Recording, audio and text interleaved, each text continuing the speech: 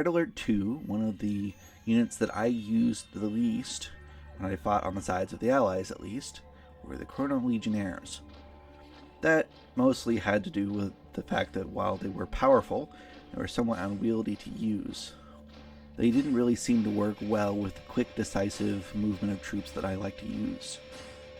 I loved their concepts, however, and the sort of implications that they had on the timeline of the game, and of time travel in general. Time travel in the Red Alert series changes little bits from game to game, but in general seems to work in the way most sci-fi time travel works. Grandfather paradoxes, butterfly effects, and somewhat wacky, unforeseeable consequences. Einstein, the polymath, goes back in time to prevent World War II and kills Hitler, which instead creates a world just as comparably bad, where Russia and the Allies fight a titanic war across Europe and other theaters, costing millions of lives. In the next war, to prevent the subjugation of the world at the hands of Yuri, the Allies travel back in time and relive a war that saw hundreds of millions dead to fight a madman bent on controlling the world. In the third game, which I maintain might as well be in a separate universe from the first two, the Russians tried to prevent a loss in a war against the Allies and create instead a multipolar world dominated by a third party they have no experience fighting. Once again, millions die. Once the chronosphere turns on, you can be assured that the body count is about to rack up. Well, that isn't exactly true.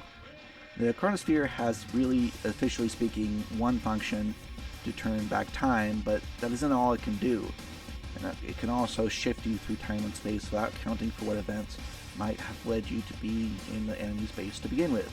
For instance, when you teleport a group of tanks into the enemy's main base and tell them to do their worst, this time when you use the chronosphere, you don't change the rest of the world with you. Those tanks just appear, open fire, and everything around them is surprised. This means that the chronosphere really has two modes, perhaps two scopes of use depending on the power provided to it. Mode number 1, it transports units across the world at a flip of a switch, working as a large-scale teleporter to make ambushes on an unaware enemy. And 2, to change the entire world, perhaps the entire universe, in one shot, including all the paradoxes that come with making such a big change to the world.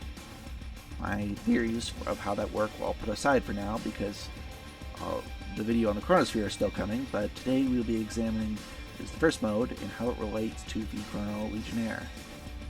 The Legionnaire is a type of unit that occupies a role similar to today's modern-day Special Forces unit, but is not called in-game a commando, and wasn't treated one for my commandos video, but really does deserve to be called one.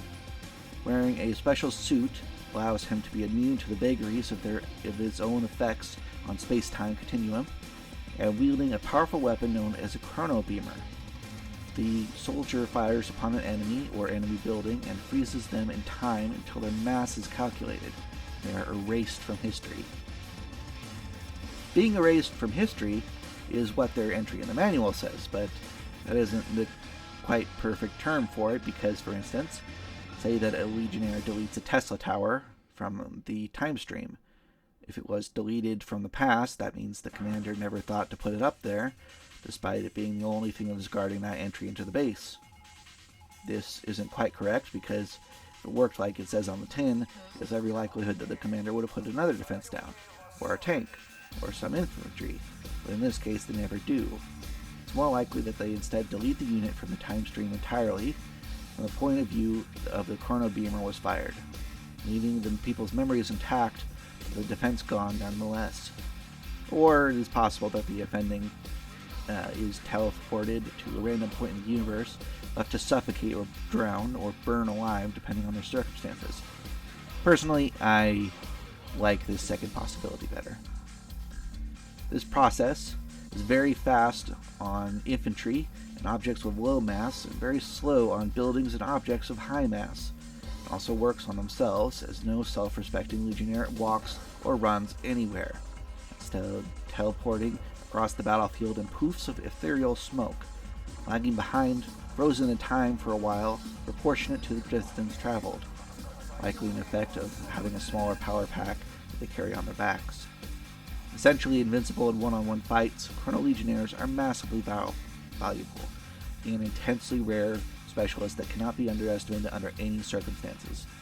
They are some of the deadliest of operators, despite the fact that not a single one has a recorded kill. I hope everyone enjoyed that. This has been Game Master Karakin, and I hope you all have a wonderful day.